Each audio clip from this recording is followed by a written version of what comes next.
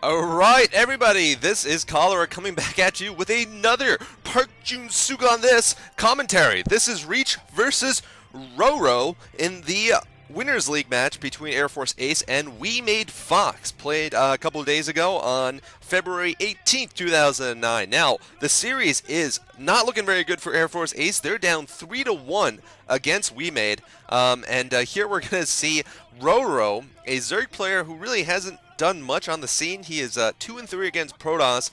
Overall lifetime win rate about 15-16 or something like that, about 50%.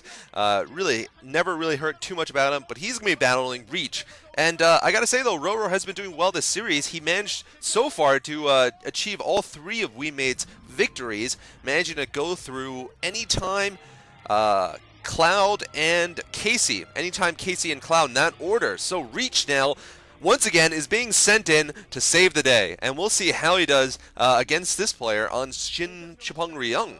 Now, he hasn't been doing that great against Zerg. Like I said, his main achievements since coming back in the Winners League have been against Protoss and Terran. But, you know, we saw him lose on this map the last time I casted in that game between Reach and Hiva on the very same map. This is none other than Reach, of course. If you guys have been hiding underneath, I don't know, a Dodge Caravan or something for the last 10 years. This is Reach, the Protoss player, at the upper right, and we have Roro, Zerg player, at the lower left.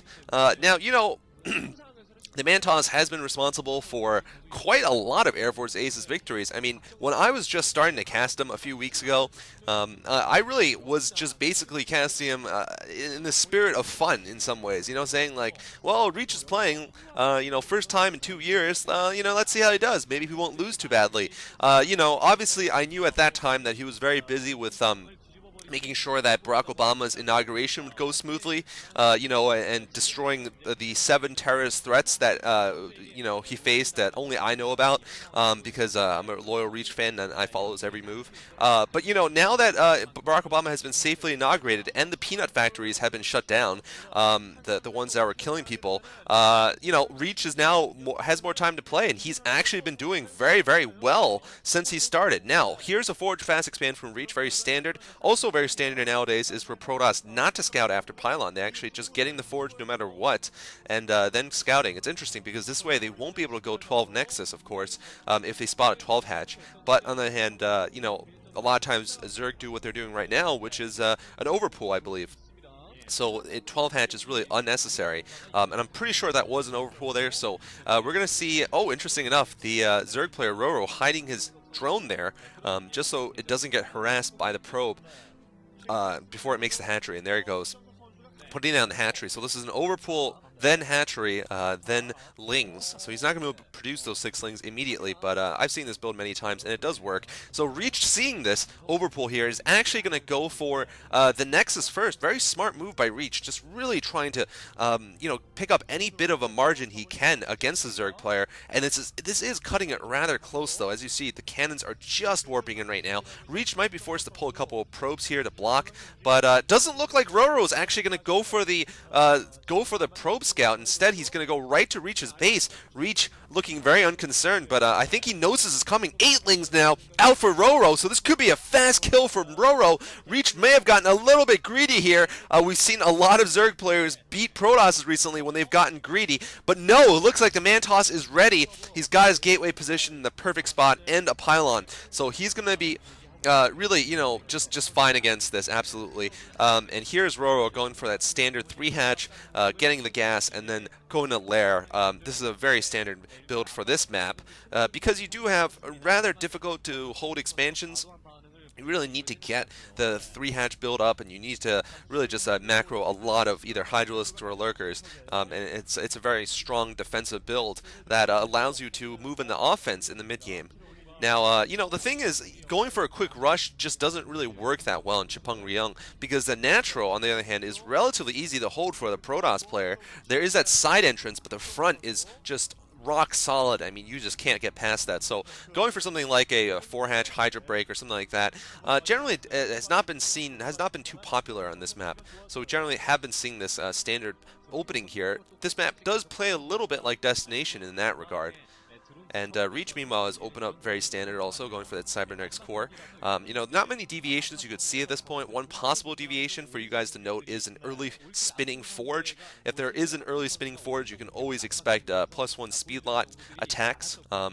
But you know, that's gotten a little bit rarer too recently, mainly because you know what, the Zerg can actually spot that very easily with their Overlord, and then they can counter it quite appropriately, just like I asked about in the quizzes I gave the SC2GG commentator idle contestants last week. By the way, the final episodes will be up shortly. We're just waiting right now for all the judges' comments to come in, and then I'm going to make the videos and then put them up. So definitely take a look at them. You know, we're going to have a lot of exciting judges, including Tasteless and Klazart on the finals. And this time, the voting will be 100% based on your votes, like I've said before. Now look at that. It looks like Reach is going to start with a Stargate opening and a Citadel following up. So this is exactly what I expected. We generally have not seen Corsair Reaver on this map. We've generally seen this build, which is you know, a very standard Corsair into Templar build, and not going for the speed lot rush or anything like that. The Forge still is not spinning, so this is a relatively flexible build that allow Reach to either expand once more. Once he pushes out, he can go for something like a 4 Zealot, 2 Archon push if he wants to put a lot of early pressure on, or he can just get some high Templar and deal with any Hydralisk to move out slightly later with a you know, a speed lot Templar push there against the Hydralisk build. He could also, when he's moving out, pick up his third, which is generally what happens. Now, this is interesting. We're seeing a relatively early Hydralisk in, and we're seeing a second gas out for Roro. So this is not the standard 5-hatch build, mind you. He is going to get just a 3-hatch into Den and Spire. He might be going for fast Lurkers, or he could be going for fast Mutalisks. Either one is a possibility, but this is definitely a variation from what we usually see in the standard build, and Reach is going to spot this. He's going to spot the fact that you know, Roro is definitely lacking in hatcheries for the 5 hatchery build. He only has 3 hatcheries, obviously. And he's got the early Hydralisks out. I don't know if he's going to commit to more Hydralisks, though. Given that he's putting up Sunken Colonies, I'm going to assume he's going to go more for air. The Hydralisks seem to be there just to prevent Reach from killing too many Overlords, although Reach has gotten already 1 Overlord. You know, we'll see what happens. There's a 4th hatchery going up here. Reach might be suspecting the Mutalisks, though, so we might need to see a couple of cannons around that main base. We'll see what happens here. This should be interesting. There's a couple of tech choices possible.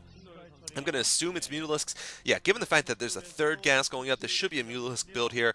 And Reach really needs to start getting either some Archons or some Cannons. Otherwise, he could be in trouble here. You know, he's got a couple more gateways going up. We'll see what's being produced. Oh, interesting enough. Okay, those were drones that were being produced. I thought for a second that they would be Mutalisks, given how much gas is being produced. So if we don't see Hydralisks, I'm sorry, if we don't see Mutalisks out soon, I'm going to expect some Lurkers then.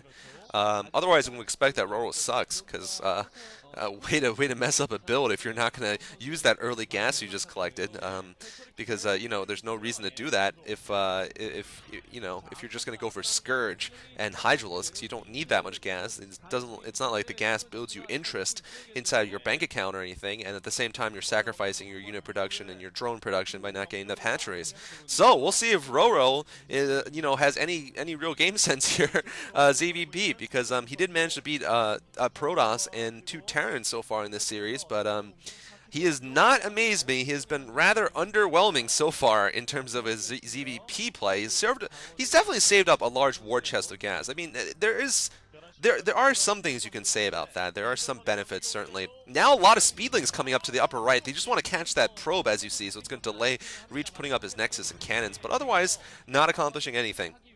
Now, there is something to be said about getting a lot of gas, but generally it's more for players like me who are kind of noobish. When I pick up a lot of gas, I usually save it instead of going for that mid-game push, because my micro isn't great. Instead, I do well, kind of like what he's doing, getting lots of Evo Chambers, and I go straight to Ultralisks. So, you know, get those early upgrades and then move out and just kill them with the Ultralisks, with Defilers sometimes for the Dark Swarm. But generally, I'll be expecting some other use of the gas from a pro player. There are some Lurkers, so that's going to consume a decent amount of the gas. We'll see how much he commits gets to it. Okay, so it's Ling Lurker here, albeit a little bit late. I would have liked the Ling Lurker to have been earlier. I think Roro would have liked that also, because just look at this. Reach is already managing to pressure forward here. This is a very smart move by Reach. He's going to catch that Lurker. He might even do enough damage so he can't go down or just die before he manages to burrow, but no. Looks like he hasn't managed to do that. He's going to switch to Dragoons pretty soon. And oh, Reach with the manliest probe ever, blocking the Lurkers from getting into the base. And the Photon Cannons will be up on time, I think. The Photon Cannon getting attacked by the Lurkers. Is Reach going to be able to hold this cannon? Cannon does not go up, so Reach in kind of a little bit of trouble here. His other cannon is up. His probe is down, though, and the pylon powering this base's cannons is going to go down. So Reach, I'm not sure, has any observer tech out yet. Reach, spotting an Overlord coming over. It could have been full of units there, in fact. It could be that some kind of early Lurker drop attack is certainly a possibility. Reach, it looks like he's going to have to sacrifice this base over here unless he gets an observer there immediately, and even then 4 Lurkers might tear apart those speed lots pretty easily. Reach, though, looks like he's gone Mass Sair here, and he's now punishing Roro for not having Scourge in the correct position. Looks like Roro trying to go in with the Scourge, denied by the Corsairs, even without +1. Those are some pretty manly space pirates there, like as I like to call the Corsairs.